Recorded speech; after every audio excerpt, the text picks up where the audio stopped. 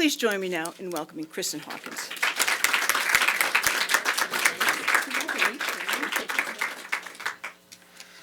That's so exciting, twins. I remember when I got my first ultrasound with my son. I think the ultrasound machine was messing up, and I was very early in my pregnancy. And they were like, "We see 2 yolk sacs. And do you have twins in your family?" I was like, "No!" I was in a panic. I can't imagine having 2 twin gunners running around the house. It would be kind of crazy. Today I want to talk to you a little bit about the pro-life generation and then go into why we wrote the book and introduce you to some of the people who are featured in the book. 41 years ago, 7 men not too far from here, the Supreme Court ruled in favor of a 27-year-old, relatively unknown lawyer who actually had an abortion in college named Sarah Weddington. They ruled in her favor in the Roe versus Wade case. Along with its companion, Boothe Bolton, they both legalized abortion in all 9 months of pregnancy in our country for whatever reason. Most people in America actually, I have to repeat this, in all 9 months. Most people in America do not realize that today abortion is legal in all 9 months. Today I'm a 27-year-old, and I was reading about Sarah Weddington and her fight to get Roe v. Wade up to the Supreme Court, and I thought it was very interesting. I'm the same age as she is. And all of us who are sitting in this room today, if we were born after January 22nd, 1973, all of us are survivors of those 2 decisions. Each and every one of us could have been aborted for $350. When our mothers were pregnant with us, they told our moms that we were nothing but a blob of tissue, that we didn't matter. Today, sadly, Planned Parenthood, the nation's largest abortion provider in the country, they tell us the same exact thing. But the undeniable fact is that this generation is a pro-life generation. Every poll that's been taken in recent years shows that this is the first youth generation since the handing down of Roe v. Wade and Doe versus Bolton that actually polls pro-life. This is counterintuitive to what many of us are told and what many adults think. They think, oh, the millennials, the youth generation, they're always going to be liberal in every single issue. It's not until they grow up, get a job, and pay that first paycheck, and have kids, they're going to start to become more conservative on these issues. That's not actually the case with abortion. There was a poll done last year by the Gap organization that showed that this generation is actually more pro-life than our parents' generation. And I was reading a study not too long ago by 2 professors at Georgetown University, and it was really interesting. They're pro-abortion, so they're in favor of legalized abortion, and they were talking about this mysterious case of the disappearing pro-choice generation. Because they showed that the attitudes of this generation towards abortion and the attitudes of the generation coming up behind us, those in high school and middle school, are the most pro-life youth generations ever. And that these generations actually will trend throughout their whole life pro-life. And they don't know where they're going to find the pro-choice side of the equation. You see, Miss Weddington, when she was here in Washington and when the Supreme Court legalized abortion, they got it wrong. They pegged abortion as a women's rights issue, attempting to fix what they saw as inequality in the workplace and in the society. What they ended up doing was setting and form the ultimate act of discrimination. The ultimate act of discrimination. Where you can decide to take the life of a person simply because how old they are and where they live. They pitted the rights of the mother versus the rights of her child. So, why is this generation pro-life? How do we write this book about pro-life generation, how we're going to abolish abortion? Well, some of us, not many people in the room, I'm feeling kind of old, even as a 27-year-old, some of us were born during the big hair bands of the 80s, some of us during the grunge rock bands of the 90s, but we've seen abortion develop differently through our lives because we've all seen the ultrasounds of our brothers and sisters. Ultrasound has always been available for us. There's never been any, oh, it's just a blob of tissue, right? We all have gone to Google at one time and typed in the word abortion. Many of us have seen the bloody pictures of those who've been killed from abortion. And we all know someone who's had an abortion. Almost 1 in 2 women will have at least one abortion in their lifetime. We all know someone who's had an abortion. And we all know it hasn't made her life any better. So this is how we come to this pro-life generation. Now, was anybody out to March for Life this year in Washington? With 650,000 other people? Did you all see the overwhelming majority of those who were here at the March for Life were youth? They were under 25. If you looked at the media coverage from the day, the New York Times, Fox News, CNN, even MSNBC, they had young people holding "I am the pro-life generation" signs.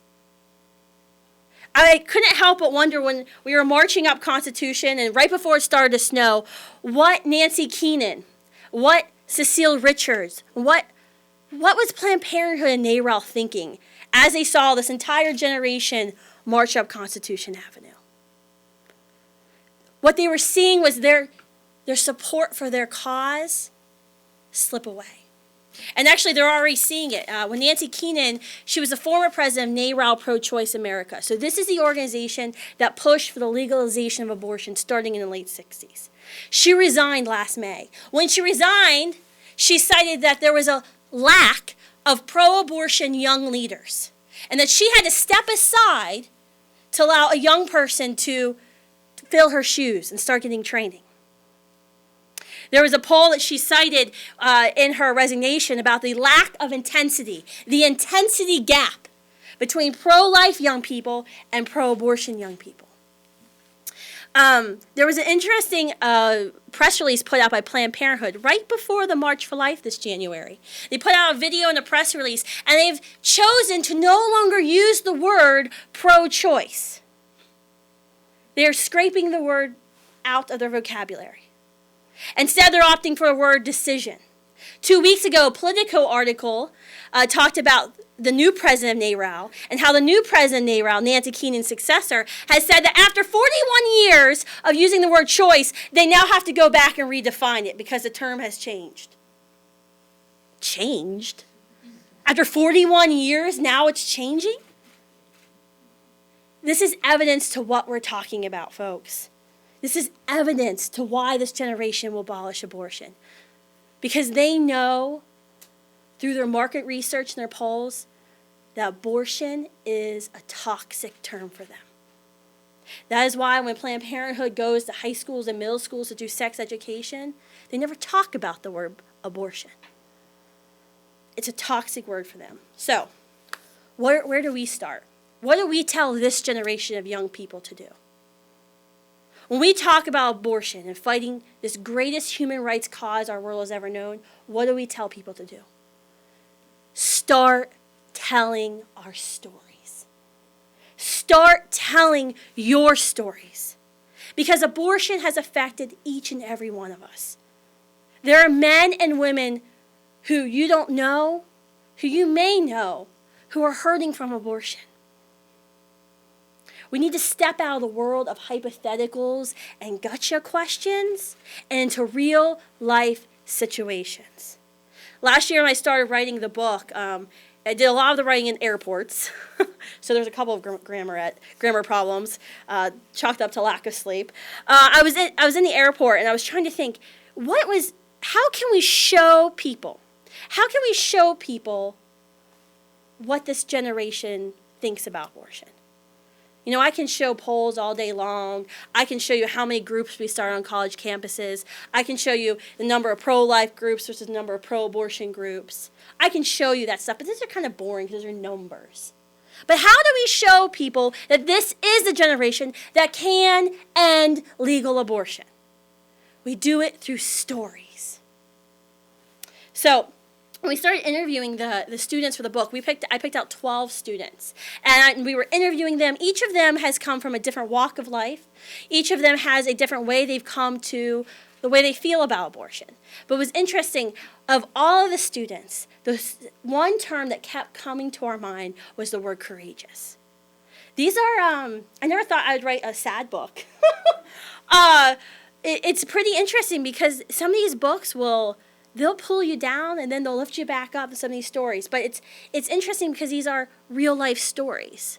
When I was writing the book, I was actually thinking, we put it together, I was editing it, I was like, I don't know how our donors will feel about this book. Because guess what? Most of the people in the book had sex before they were married. All the people in the book are sinners. And these are real life, messy situations. And I think sometimes, when I talk to older folks, they get very upset when we talk about this is what this generation's going through. Or 80% of our peers are having sex before marriage. Of course we're going to have unplanned pregnancies. Of course 1 in 2 are going to have an STD. So we start off the book, and the first chapter is about Rebecca. Rebecca, I met a few years ago. She was speaking for the first time ever at a legislative rally in the state of West Virginia. And I was just enthralled by her story, and I wanted to know more. Rebecca was raped. She went off to college in Missouri, was raped repeatedly by someone who she viewed as a friend. Most people don't realize that majority of rapes are performed or committed by people who you think are your friends. And so she didn't really understand what was happening, and it was really interesting. She never had sex before. This was her first sexual experience. She was raped. She became pregnant a few months after. She realized, and she said, I've got to do something. So she was a Christian, so she knew that abortion was wrong. People always told her abortion is wrong, but she thought abortion is my only way out of this. My parents are going to kill me. I'm going to have to drop out of school. I'm going to have to become a single mom. So she talked with the rapist, and he was getting her money for the abortion. He punched her in the stomach a few times, but he was disappointed that didn't work. And she was on her way, and a dorm mate actually came up to her and said, I know there's something wrong. Can you tell me what's happening? And she sat down, listened to Rebecca, heard her concerns, and she said, you don't actually have to have the abortion. Do you know that? And it was that moment that Rebecca decided not to have the abortion, to continue carrying her child. And it was really interesting because her story is the first of 12, but in every story in the book where a woman was considering abortion, the turning point was when one person told her she didn't have to have that abortion. So Rebecca chose life. She became a single mom. She did have to drop out of college. She had to re-enroll in a state school in West Virginia and had to work and go to class and take care of her baby. But she talks about her story and her life with her son and how she's never looked back, and she doesn't regret what decision she made. Another story we talk about is from a survivor. So I said we're survivors of abortion because we all could have been aborted. There are some people that came closer to being aborted than they knew. Sometimes we'll hear from friends, or someone say, well, my mom almost aborted my friend. She was on the table, or she made the appointment. Melissa is really interesting. She's in the book. She had about as terrible childhood as you can imagine, growing up with a father who was physically and emotionally abusive. So many times when you hear folks say, well, we should have abortion, because it's better to be dead than to be abused. She had a terrible, terrible childhood. She routinely heard her father say that she should have been aborted like her three other siblings because she was a girl like them. She watched at a very young age her father punch her mother and beat her to the point of miscarriage for her other sibling. She remembers being trapped in her hall closet for hours at a time when her dad would lock her in. But she also remembers when she went to high school, and she went to a Catholic high school. So one day they had a speaker talk about abortion. And she always had heard about abortion because her dad said he wished she would have been aborted, but she didn't really know what it meant. At that point, she started a pro-life group in her high school, despite her dad's physical threats and abuse to get her to stop. She went to college, was involved in the pro-life group, actually had a priest kick her out of her pro-life group because she was too activism-oriented. That's another story in the next book. And today, but she works at the nation's, I don't know how they go about saying this, the most watched cable news network in the country in New York City. And she wants to give it all up and work for us because she wants to go and help other young people who face the same thing she did and help them take a stand for life. Melissa, in her chapter, she talks about, one of the fundamental driving forces behind her getting involved and speaking up about her story in high school and college was because she could see how the violence of abortion only bred more violence. Another story in the book, we do have some men. We love men in the pro-life movement. Even though I have an office full of women, we have one man. And the next story we have is Steve. Steve grew up in a very secular home, went to this rock concert in college that his aunt kind of tricked him into going to, which was a Christian concert, became a Christian, and said, oh yeah, abortion's wrong, I'm a Christian, duh. A pro-life group came to campus and said, well, can we host a graphic image display on campus? And Steve said, sure, why not? I'm a Christian now. Well, he let this group come show images of aborted children, of genocide victims, and then he was illegally recalled as student body president of his university for allowing pro-life display.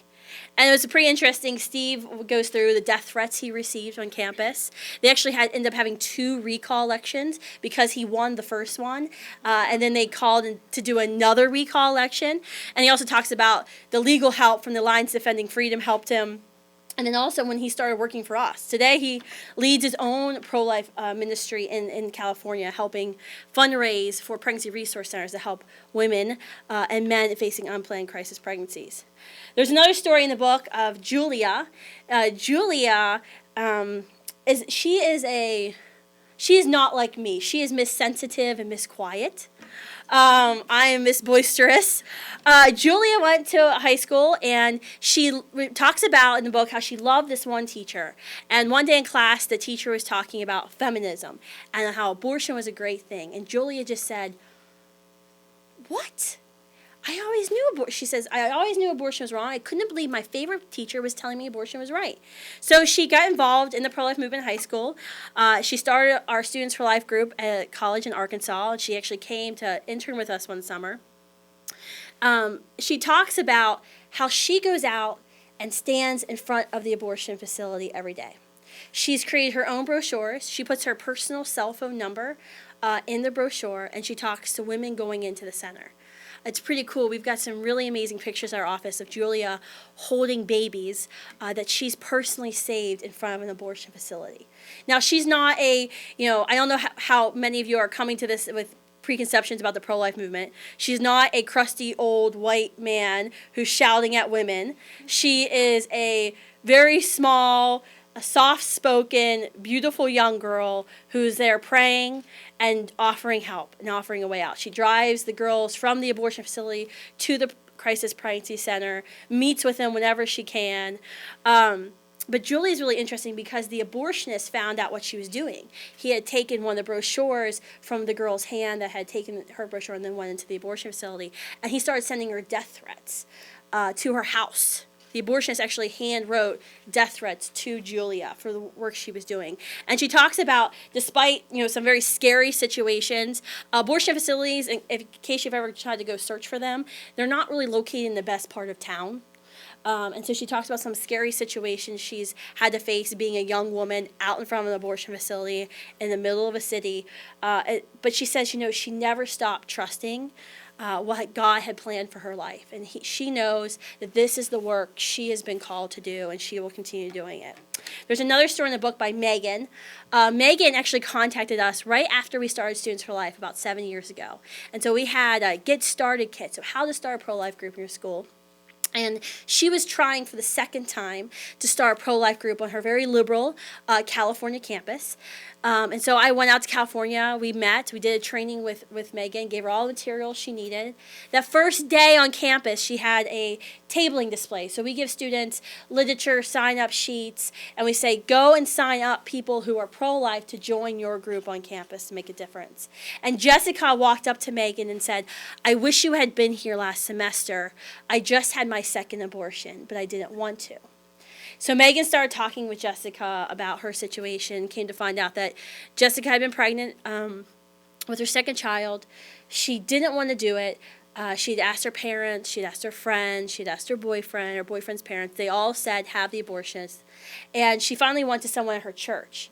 Notice how many people she went to when she was trying to decide to have an abortion. She finally went to someone at her church, and the woman at her church said to go ahead and have the abortion. So she did.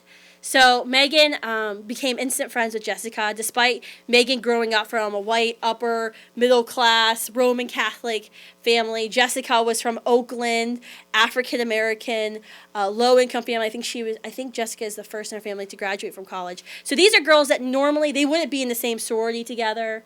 They wouldn't be sitting together in the cafeteria, especially in a large state school like this. And so they became friends, and Megan started bringing Jessica to meetings, tagging along with Jessica to events. And Megan was there when Jessica texted her a few months later and said that she was pregnant for a third time and that she didn't want to do it, but she knew abortion was the only way she was going to be able to continue her education. So Megan drove over to Jessica's house, sat up with her all night, convincing her, you can be a mom and you can be a student. You don't have to drop out of school. We will help you through this. I'll be with you every step of the way, during the pregnancy and after. And Megan was there when, as birth coach and godmom when baby Stefan was born.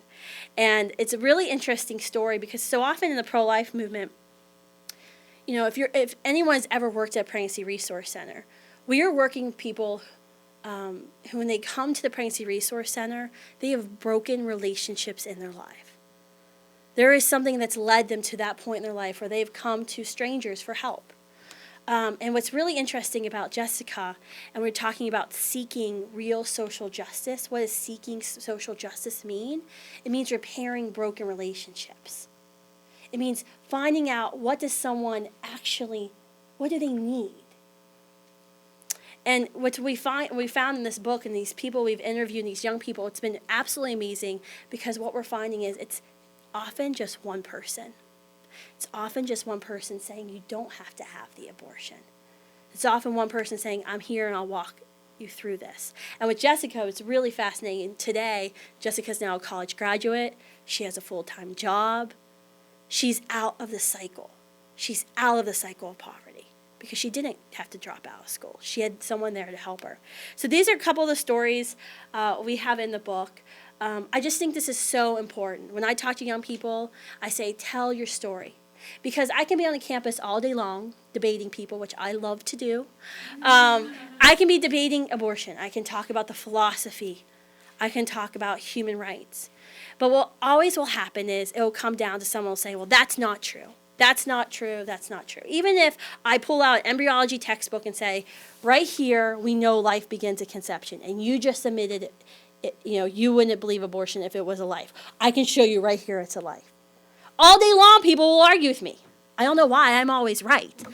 But what is fascinating is when you tell somebody your story, or you tell somebody a story of someone you know, they have to listen to you.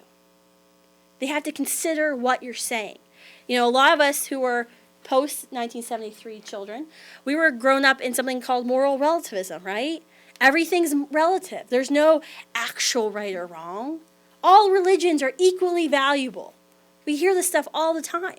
It's no wonder why people don't understand that there's absolute right and there's absolute wrong in this country.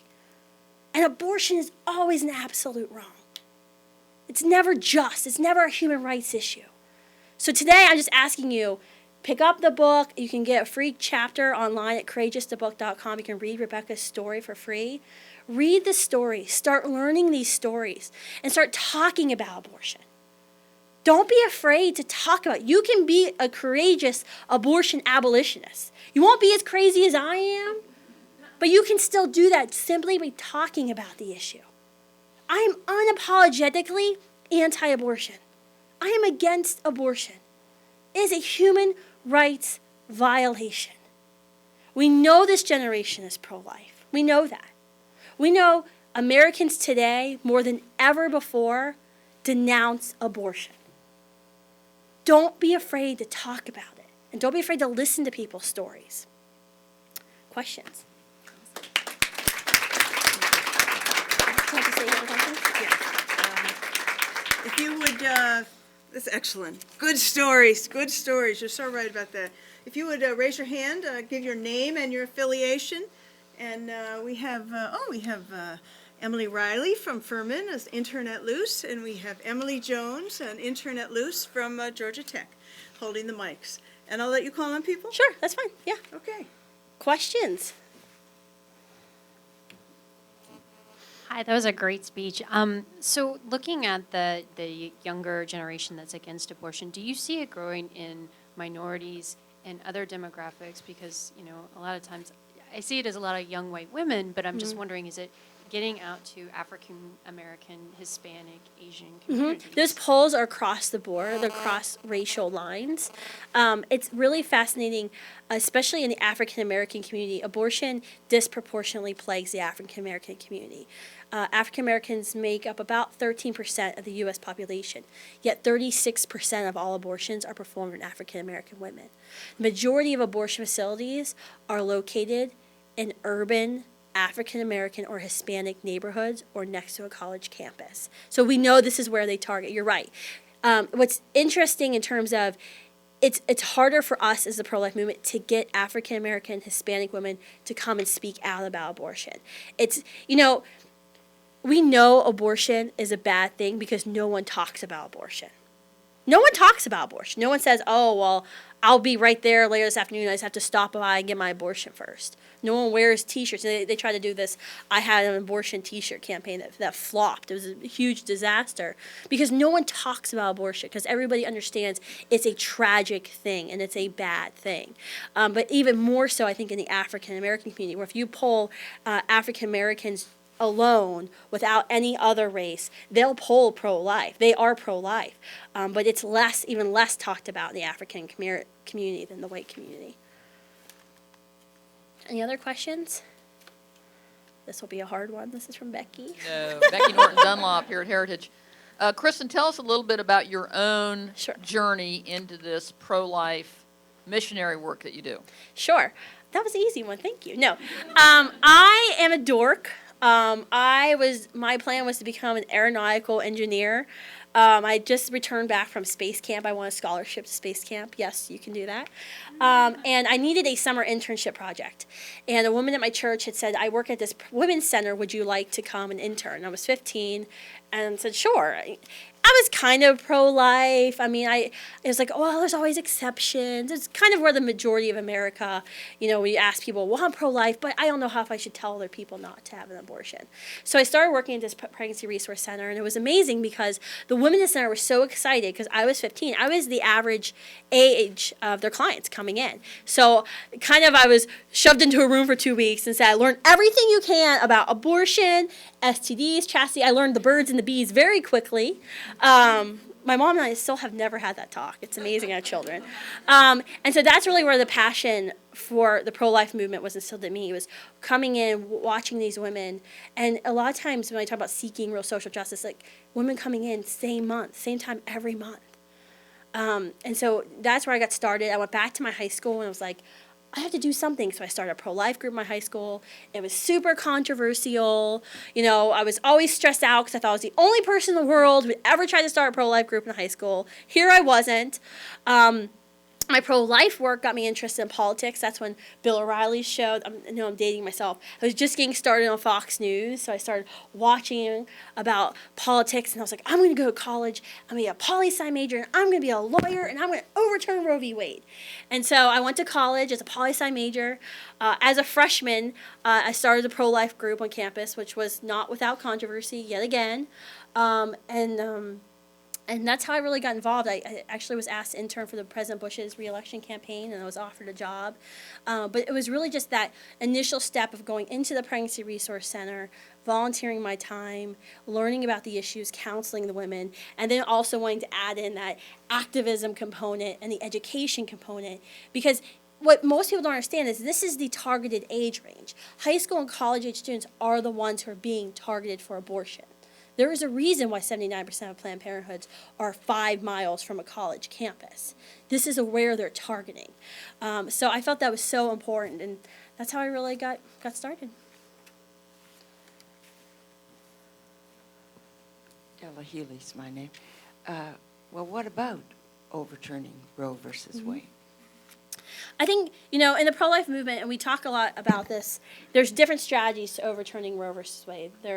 And I think people will disagree. I was at a panel at CPAC last week with some libertarians who strongly disagree with me about some of my ideas. I think, though, first it has to change within our hearts. We have to force politicians to want to stand up for our issue. That's really what we need to be focusing on.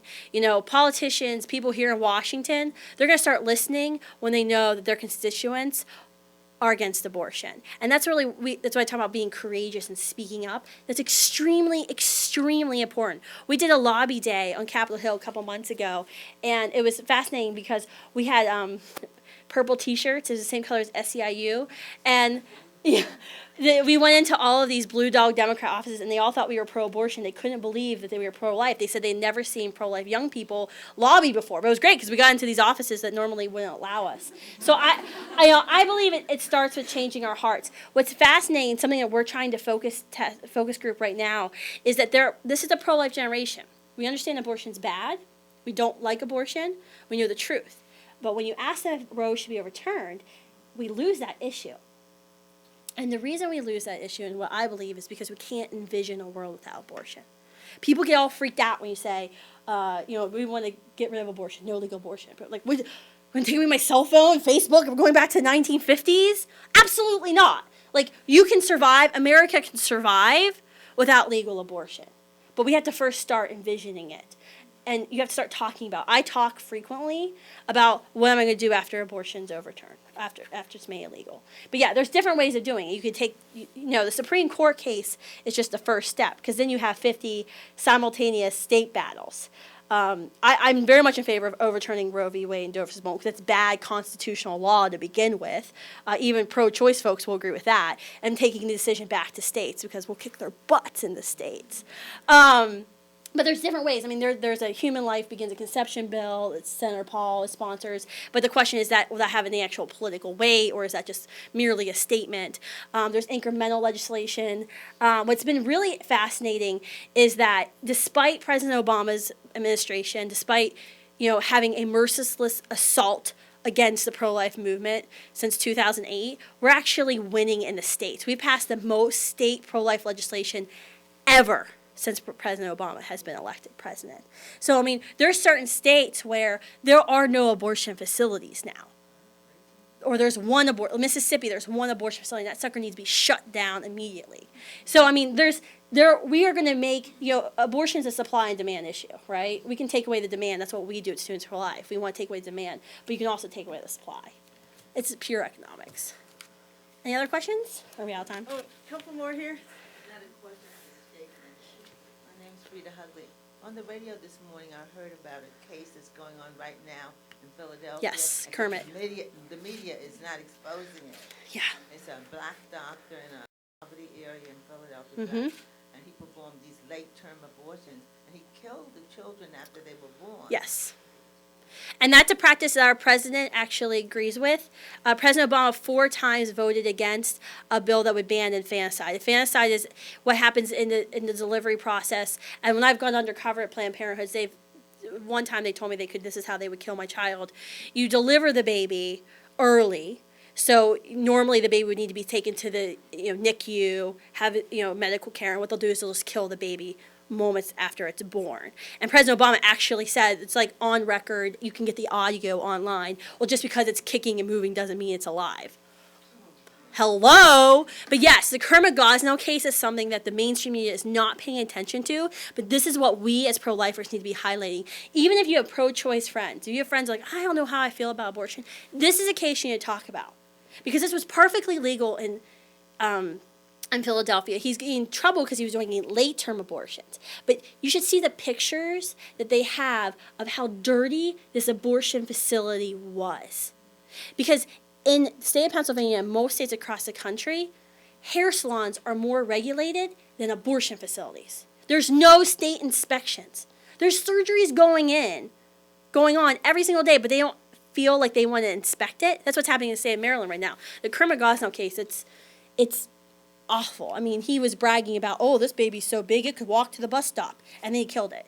He had babies' feet in jars in solution that he was keeping in his office. He had dead babies in his freezer. I mean, this is not like made up stuff. This is a actual court case happening today. Thanks for bringing that up. Maybe one or two more. Becky, you had one more? Okay. Kristan, one of the arguments that you often hear is that when abortion is once again made illegal, then what you will do is you will drive these innocent women, women, to back alleys where they will be butchered, a la Mr. Castell. But what is your team's response to that? Because a lot of people who actually would agree with you would say, well, gosh, I don't want to drive women to do that. Sure, there's a couple of things to that. One, Dr. Bernard Nathanson, who founded NARAL in the late 1960s, it was the National Association for the Repeal of Abortion Laws, originally that was the name.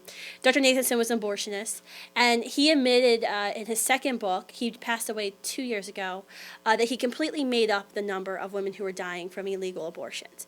He made up the number 10,000, and that's still a number that Planned Parenthood uses today. And he made up that number. And it's interesting, there's an article written, I think it was 61 or 60, by a Planned Parenthood vice president who actually came out and said that the number of illegal abortion deaths was severely reduced because of penicillin in the 1950s and 1940s. And so it was down, she had said, I forget her name, but she had said the number of illegal abortion deaths were about 500 a year. So so that's just like getting facts straight. So when I talk to people, I'm like, okay, let's get our numbers straight first. We're talking about not 10,000, we're talking about 500. The other thing we need to understand is when abortion is made illegal, the people who are doing abortions now, so when abortion was made legal in 1973, what happened? There wasn't like an overnight abortion training school. The people who were doing abortions just advertised they did abortions. They were doctors doing abortions. They didn't, there were doctors in an OB practice that just didn't tell people. So this is something that we need to be talking about of, well, what would happen? Well, what would happen is the abortionists who are doing abortions now would just go under the radar. And Planned Parenthood, they've actually had talks about this. They have plans for what they're going to do when abortion is made illegal and how they're going to go under radar. This is why they're pushing medical abortions, i.e. the pill, like the RU46 and Ella, because they know they have a public relations nightmare with the word abortion. They need to get rid of those ugly abortion facilities like the Kermit Gosnells. So what they want to do is just everyone can have their abortion, just go to CVS and pick up your pill and you can abort your baby in the privacy of your home. So those are a couple of things to talk about when people are saying, abortion. The other thing to keep in mind is, you know what, and I've used this before in debates and we've talked, bank robberies kill a lot of people every year. They do. Do we legalize bank robbery? No. We don't legalize bank robbery. So, that's something else you want to talk about. But you got to get your facts straight first. You've got to get your facts straight of what numbers you're actually talking about. Who would do the illegal abortions? The illegal abortions would still be performed by doctors. And just because something, you can't legalize something just because you're afraid, we're killing 1.2 million children every year. That's what you have to think about. Yeah. I have a question about how many chapters do you have on campuses? 705. And they're on high school and college campuses? Mainly college campuses. Last week we launched our high school and homeschool initiative. And 2 years ago we launched our medical school initiative. We now have over 40 groups in medical schools, which is something that the pro-life movement for a long time has not really focused on because, every medical school has a pro-choice group on their campus because they're trying to train the future of abortionists. There's a lot of articles if you Google the disappearance of abortionists because a lot of these guys who are doing abortions, now, were doing them in the 60s. You don't go to medical school, get $300,000 in debt to go kill babies. It's not really high on the aspiration chart. So they have this, they can't find enough people to do abortion. So we are focusing a lot on medical schools now. And you mentioned you've got a kit, like Pocket Starter Kit. Is that on your website? Yes, if you go to studentsforlife.org, you can click college, high school, medical school, law school, and we have different activism guides and step-by-step event guides for all the different types of events you want to have on your campus. Free activism kits. We have free postcards that students could put out on campus to start the discussion, because most often when you're on a campus, you just need to get the discussion started. We win when abortion's talked about, because the fundamental truth is on our side. So we just need to get it talked about. So all that stuff's on our website, and it's completely free for young people to use. What an excellent discussion. You are doing such a great Thanks for job. having me. You really are. We have a couple little gifts for you here, and then we'll talk outside informally during lunch. We have our limited edition Clare Boothe Luce Policy Astute coffee mug. Believe me, it is limited. With her famous saying, what is it? No good deed goes unpunished. There you go. And every busy mother of two sons, Yes. a purple Clare Boothe Luce tote bag. There you go. Thank you. And purple's your color. Purple is SLA's color. This is color. great. Yeah. And from the Heritage Foundation, the brand new book about the Heritage founder, Ed Fulner, and it's titled Leading the Way. So from one leader leading the way to another leader leading the way. We thank you so much for what you're doing. We invite you all to join us for lunch just across the lobby in our Van Andel Center, where you can continue the conversation. And thanks so much for joining us. We'll be back next month for CWN. Thanks. Thank you.